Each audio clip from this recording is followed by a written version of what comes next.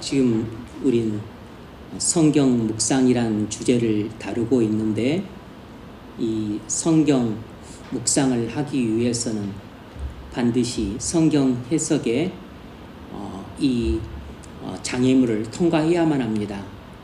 그래서 성경 해석의 이 난제가 우리에게 어렵기 때문에 성경 해석의 원리를 살펴보고 있습니다. 성경 해석의 원리에는 몇 가지가 있는데, 그동안 우리가 한 3가지를 다루었습니다. 첫 번째는 성경은 성경으로 해석한다는 것입니다. 이것이 가장 중요한 원리라고 말씀드렸습니다.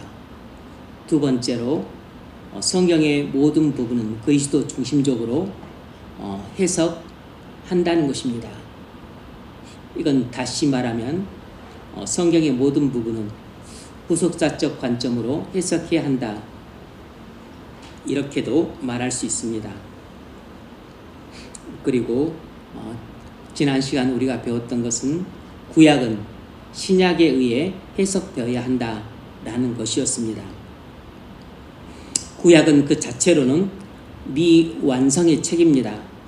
구약은 시작과 과정은 있지만 결말이 없습니다. 결말은 신약에 있죠. 그러므로 구약의 내용은 반드시 신약의 빛에 의해 비춰져야만 올바르게 해석될 수 있습니다. 구약성경은 구약성경 자체만 갖고는 해석할 수가 없는 것이에요. 구약은 그리스도 중심적으로 해석하지 않으면 율법주의에 빠지게 된다고 말씀드렸습니다. 구약을 그리스도 중심적으로 해석하지 않는 사람들은 율법주의적 신앙을 갖기 쉽습니다. 다시 말하면 우리가 구약을 구속사적 관점으로 해석할 줄 모르면 자연스럽게 문자적으로 해석하게 되어 있습니다. 구약을 문자적으로 해석하면 율법주의에 빠질 수밖에 없는 것이에요. 바로 유대인들이 구약을 구속사적 관점으로 해석할 줄 몰랐기 때문에 문자적으로 해석하다 보니까 자신들도 모르게 율법주의에 빠지게 되었던 것입니다. 구약은 그리스도 중심적으로 해석해야만 율법주의에 빠지지 않고 이신칭의 복음적인 신앙을 가질 수 있다는 점을 누누이 강조해서 말씀드렸습니다. 오늘 4번째로 다룰 것은 신약 성경은 구약의 도움을 받아 해석할 때 그 뜻이 명료해진다는 것입니다. 신약은 구약의 도움을 받아 해석할 때 그 뜻이 더욱 명료해집니다. 신약은 구약에서 기원했습니다. 신약의 뿌리는 구약이기 때문에 구약을 잘 알아야 신약도 잘 해석할 수 있습니다. 구약이 신약의 뿌리이기 때문에 구약의 계시를 따라서 신약을 해석해야 합니다. 한 가지 예를 들자면 히브리서 9장 11절부터 28절까지는 새 언약의 완전성을 이야기하고 있습니다. 구약 제사는 우리 죄를 대속하기에 불완전하기 때문에 그 단회적인 효과만 있지만 그리스도의 십자가 피로 지낸 제사는 영원한 효력이 있습니다. 그 점을 이 히브리서 9장 13절 14절이 보여줍니다. 히브리서 9장 13절 14절을 펴보세요. 히브리서 9장 13절 염소와 황소의 피와 및 암송아지의 죄를 부정한 자에게 뿌려 그 육체를 정결하게 하여 거룩하게 하거든. 이 히브리서 9장 13절은 민수기 19장 14절로 19절 말씀을 요약해서 인용하고 있는 것입니다. 요약 인용하고 있는 것이에요. 그러니까 이 히브리서 9장 13절 말씀을 제대로 이해하려 치면 이 민수기 19장 14절로 19절 말씀을 이해를 해야죠. 그 민수기 19장 14절로 19절을 펴보세요. 히브리서 9장 13절을 접혀놓고 민수기 19장 14절로 19절을 펴보십시오. 신약을 해석할 때 어떻게 구약의 도움을 받아 해석해야 되는가, 그리고 그럴 때 또 신약 성경의 구절의 뜻이 얼마나 더욱 명료해진가를 예증하려고 합니다. 이 민수기 19장 14절, 장막에서 사람이 죽을 때의 법은 이러하니 누구든지 그 장막에 들어가는 자와 그 장막에 있는 자가 이래 동안 부정할 것이며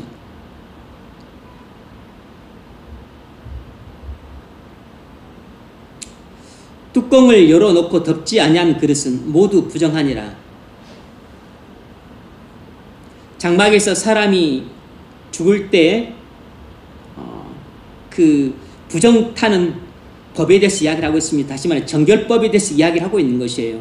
의식적인 정결법에 대해서 지금 설명하고 있는 대목입니다. 뚜껑을 열어놓고 덮지 아니한 그릇은 모두 부정하니라. 누구든지 들에서 칼에 죽은 자나 시체나 사람의 뼈나 무덤을 만졌으면 이래 동안 부정하리니 그 부정한 자를 위하여 죄를 깨끗하게 하려고 불사른 재를 가져다가 흐르는 물과 함께 그릇에 담고 정결한 자가 우슬초를 가져다가 그물을 찍어 장막과 그 모든 기구와 거기 있는 사람들에게 뿌리고 또 뼈나 죽임을 당한 자나 시체나 무덤을 만진 자에게 뿌리되 그 정결한 자가 셋째 날과 일곱째 날에 그 부정한 자에게 뿌려서 일곱째 날에 그를 정결하게 할 것이며 그는 자기 옷을 빨고 물로 몸을 씻을 것이라. 저녁이면 정결하리라. 지금 이 민수기 19장 14절로 19절 대목은 뭘 말하는 것이냐면 시체를 만져서 부정해진 자를 어떻게 의식법을 행해서 정결하게 할 수 있는가를 설명하는 민수기 대목이에요. 그러니까 이것은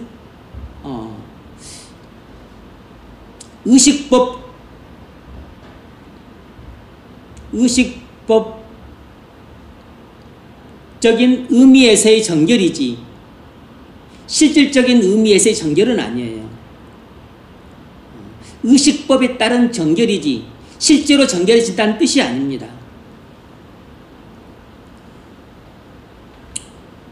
암송아지를 잡아서 불에 태우고 남은 재를 뿌림으로써 시체를 만져 부정해진 자를 정결하게 할 수 있다는 것입니다. 이것은 하나님이 율법으로 정하신 정결법이에요. 이 정결법을 따라 시체를 만져 부정해진 자를 정결하게 할 수 있습니다. 그런데 실질적으로 그 사람이 자체가 정결해진다는 것이 아니고 의식법적인 의미에서 정결해진다는 것일 뿐이에요.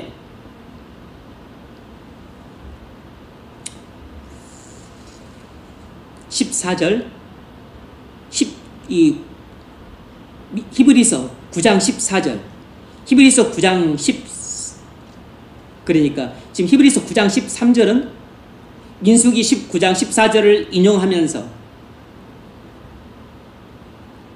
구약시대에는 실질적인 의미에서는 정결하게 할 수 없었다는 것입니다. 그냥 의식법을 통해서만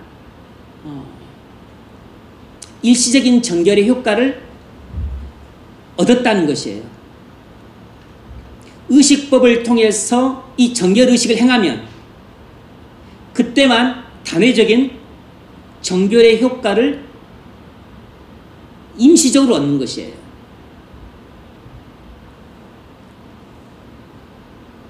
그래서 이런 식으로는 매일 우리가 부정해지면 매일 의식법을 따라서 정결해져야 되는 것입니다. 그러니까 오늘 내가 부정해서 또 오늘 의식 정결법을 통해서 정결해졌어요. 내가 또 내일 부정해지면 내일 또 정결법을 통해 또 정결해져야 되는 것입니다. 그러니까 이 의식법을 통해서 정결해지는 것은 진짜 정결해지는 것이 아닌 것이죠. 한번 우리가 진짜 정결해졌다면 그 효과는 영원히 지속돼야죠. 우리가 실질적으로 정결해졌다면 영원한 효력이 있어야 되는 겁니다. 영원한 효력, 영원토록 정결해지는 것이 진짜 실질적 의미에서 정결인 것이에요.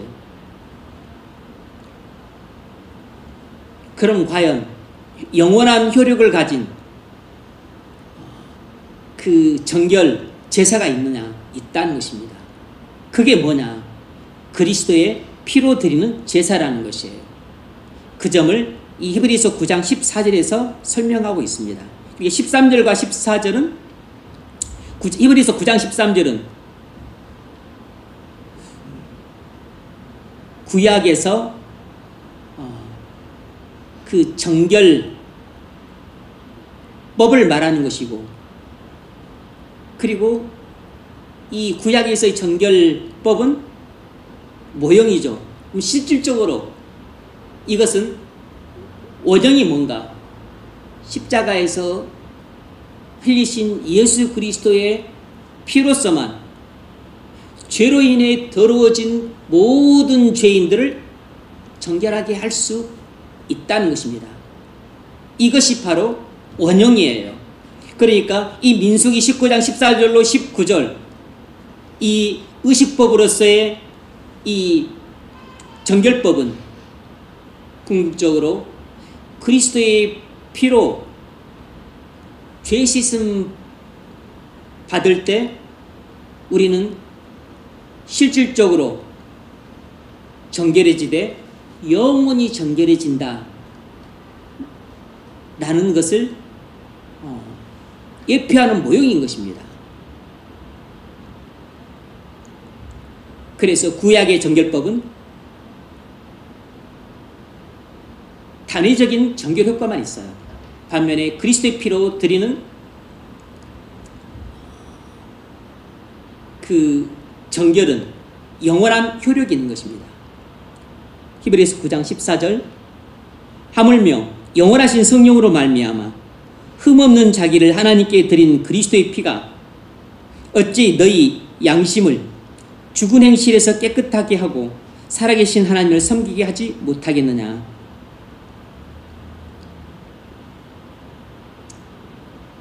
암송아지의 피나 재로는 불완전한 그 제사기 때문에 우리를 정결하게 할 수 없다는 것이에요. 단회적인 정결 효과만 줄 뿐이라는 것입니다. 하지만 흠없는 그리스도의 피는 완전한 속죄 효과가 있기 때문에 죄로 인해 전적으로 더러워진 우리를 완전히 깨끗하게 할 수 있다는 것이에요. 뿐만 아니라 영원한 효력이 있다는 것입니다. 이렇게 신약 성경의 구절들을 해석할 때 이 신약 성경의 말씀이 구약 성경에 뿌리를 두고 있는 것이라면 그 구약의 구절들을 찾아서 도움을 받아 신약의 구절들을 해석하게 되면 바로 신약 성경의 그 구절의 뜻이 이처럼 더욱 명료해지는 것입니다. 그래서 13절만 명료해지는 것이 아니고 이것이 14절과도 연결이 되기 때문에 13절, 14절 전체를 명료하게 해석해 줄 수 있는 것이죠. 그리고 나아가서 이것이 11절부터 28절까지가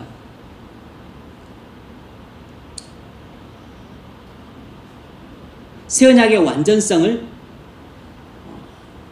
설명하는 대목이기 때문에 새 언약의 중보자로 오신 그리스도의 피로 말미암는 속죄의 완전성을 이해하는 데 결정적인 도움을 주는 것입니다.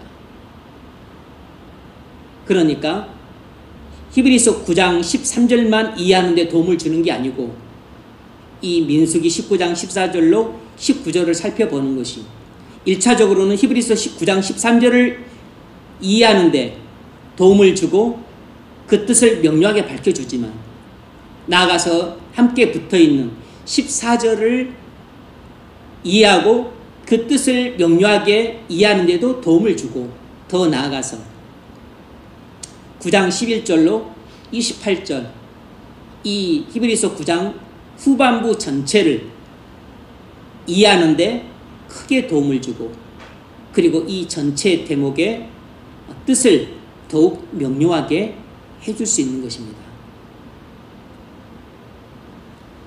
신약 성경의 뿌리는 구약에 있기 때문에 그래서 신약 성경의 뜻을 잘 모르겠다 싶을 때는 이 신약 성경에 나와 있는 구절들이 구약 성경 어디에 뿌리를 두고 있는지 그 근원을 캐고 근원으로 돌아가서 구약 성경에 대한 이해를 충분히 다지게 되면 우리는 신약 성경의 그 구절들의 의미를 명료하게 이해할 수 있게 되는 것입니다. 뭐 그런 부분은 많이 있죠.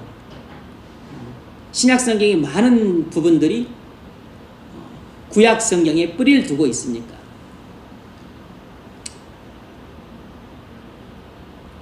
이 5번, 6번은 뭐 좀 연결이 돼서 오늘은 아니고 그냥 다음 주에 같이 해야 될 것 같아요.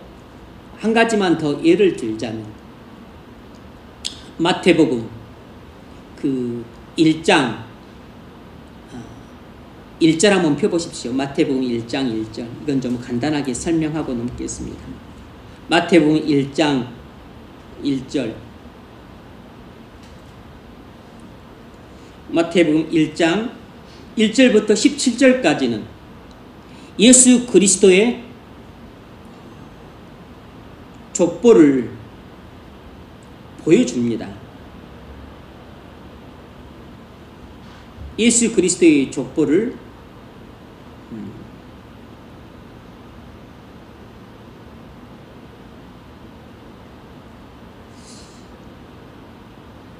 하향식으로 보여주고 있는데 1절이 뭐냐면 아브라함과 다윗의 자손 예수 그리스도의 세계라. 여러분 뭐 족보라 이렇게 번역되어 있죠.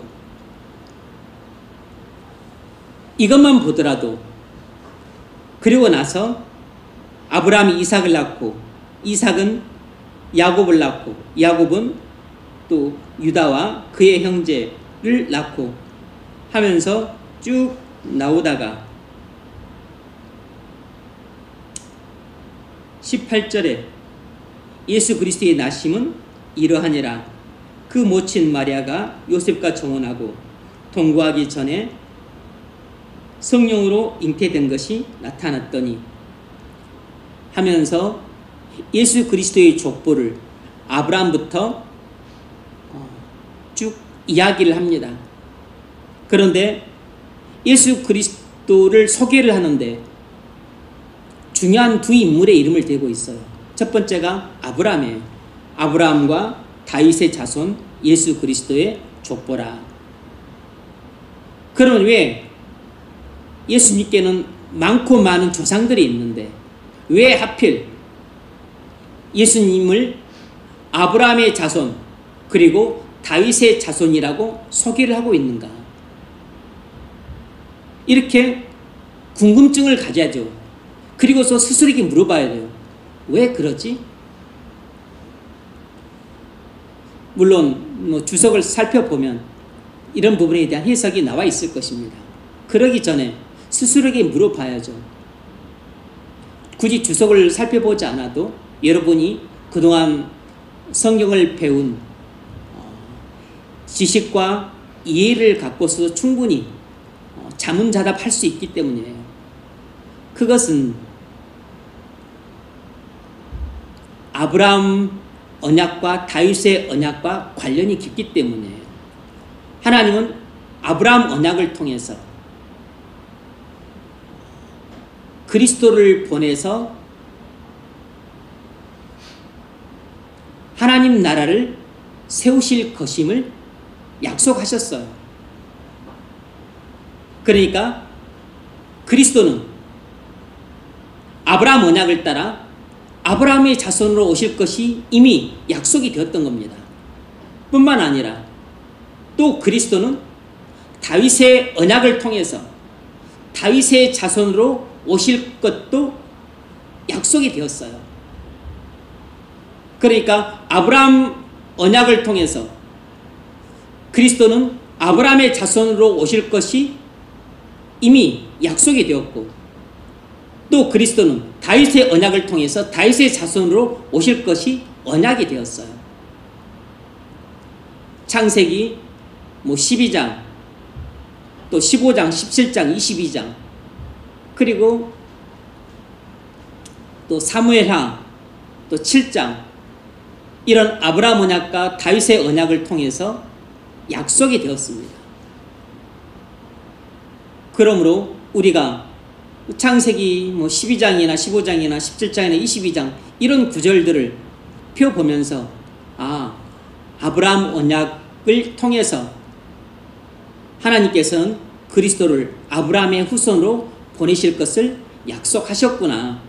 그리고 사무엘하 7장을 통해서 하나님께서는 다윗과 언약을 맺으면서 그리스도를 다윗의 후손으로 보내실 것을 더욱 확실하고 분명하게 약속을 하셨구나. 그래서 하나님이 아브라함과 약속하셨던 것보다 다윗과 약속하셨던 것이 훨씬 더 밝고 좀 더 구체적이고 그리고 좀 더 세부적이에요.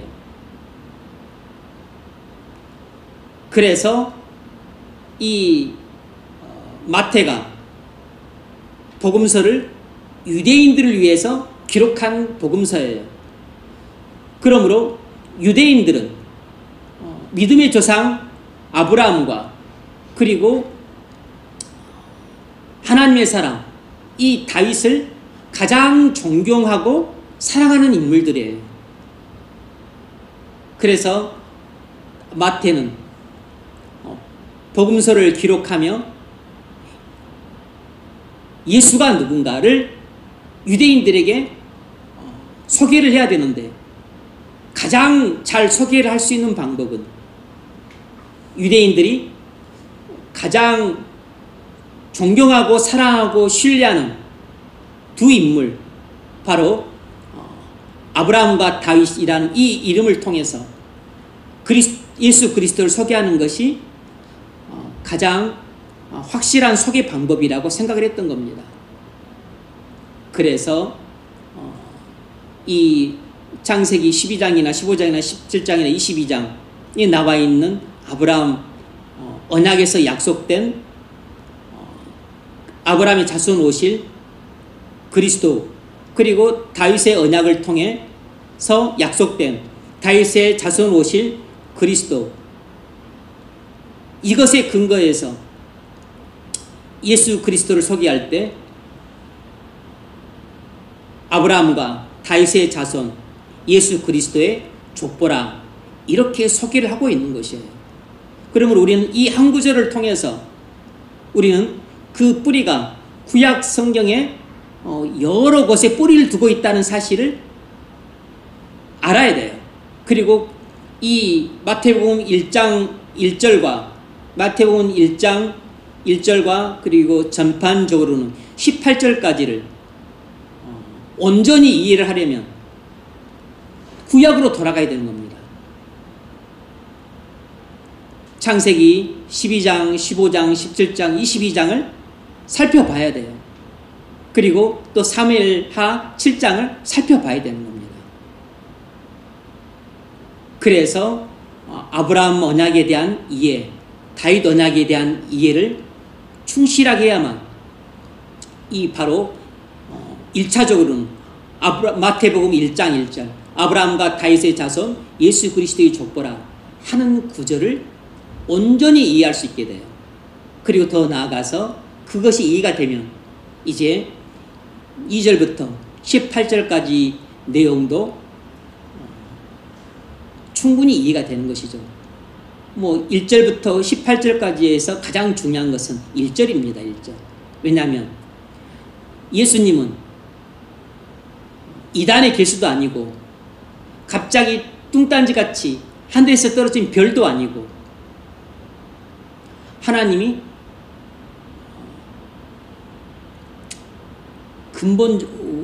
근본적으로는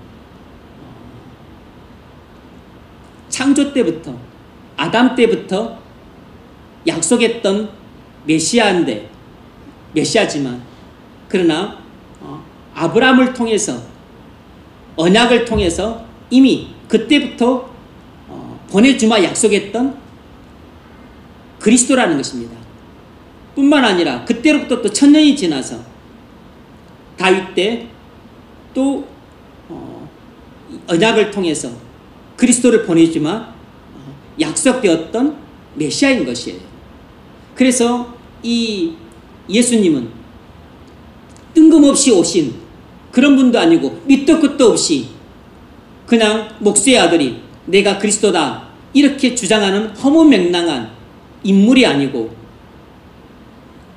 2000년 전에 아브라함 언약을 통해서 약속된 그리스도고 다윗 언약을 통해 약속된 그리스도라는 사실을 유대인들에게 말함으로써 예수님은 바로 하나님이 이렇게 언약들을 통해서 약속하신 그리스도고 그리고 바로 이 그리스도는 하나님의 아들이라는 것을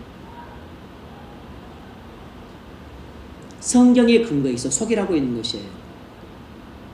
따라서 이 마태복음 1장 1절과 그리고 18절까지를 우리가 올바르게 이해를 하고 그리고 정확하게 해석을 하려면 이런 구약 성경의 도움을 받아야 됩니다. 이렇게 구약 성경의 도움을 받아 해석할 때 이 마태복음 1장의 뜻이 명료해지는 것이에요. 이처럼 신약 성경의 뿌리는 구약 성경에 있기 때문에 구약 성경의 도움을 받아 해석할 때 신약 성경의 뜻이 더욱 명료해지는 것입니다. 모든 신약 성경의 구절들을 다 그렇게 할 필요는 없지만 구약 성경과 관련이 깊을 때에는 구약 성경의 도움을 받으면 우리는 신약 성경에 좀 해석하기 어려운 구절들도 우리가 올바르게 해석할 수 있습니다. 여러분이 신약 성경을 해석할 때 항상 신약 성경의 뿌리는 구약이라는 사실을 기억함으로 여러분이 해석하기 어려운 구절들이 있다면 혹시 그 뿌리가 구약에 있지는 않는지 살펴서 뿌리가 구약에 있다면 관련된 구약 성경을 찾아보고 또 이해를 하게 된다면 그 신약 성경의 구절들을 여러분이 잘 이해하고 그 뜻을 명료하게 해석할 수 있을 것입니다. 그렇게 신약 성경을 이해할 수 있기를 주의 이름으로 축원합니다.